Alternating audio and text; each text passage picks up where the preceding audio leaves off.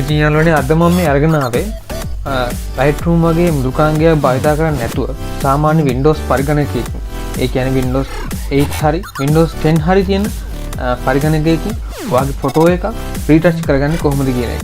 ඉතින් අපි බලමු Windows වලට default එන Photos app එකෙන් කොහොමද ඔයාලගේ ෆොටෝ එකක් රීටච් කරගන්න කියලා. අයිබෝන් මම කවිඳු දේශාන්. අදත් මේ ඔයාලා එකතු වෙලා ඉන්නේ ABS on එකේ විතින් ගෙනෙන පරිගණකයකම සිංහලෙන් වීඩියෝ පාඩම් මාලාවත් සමගයි.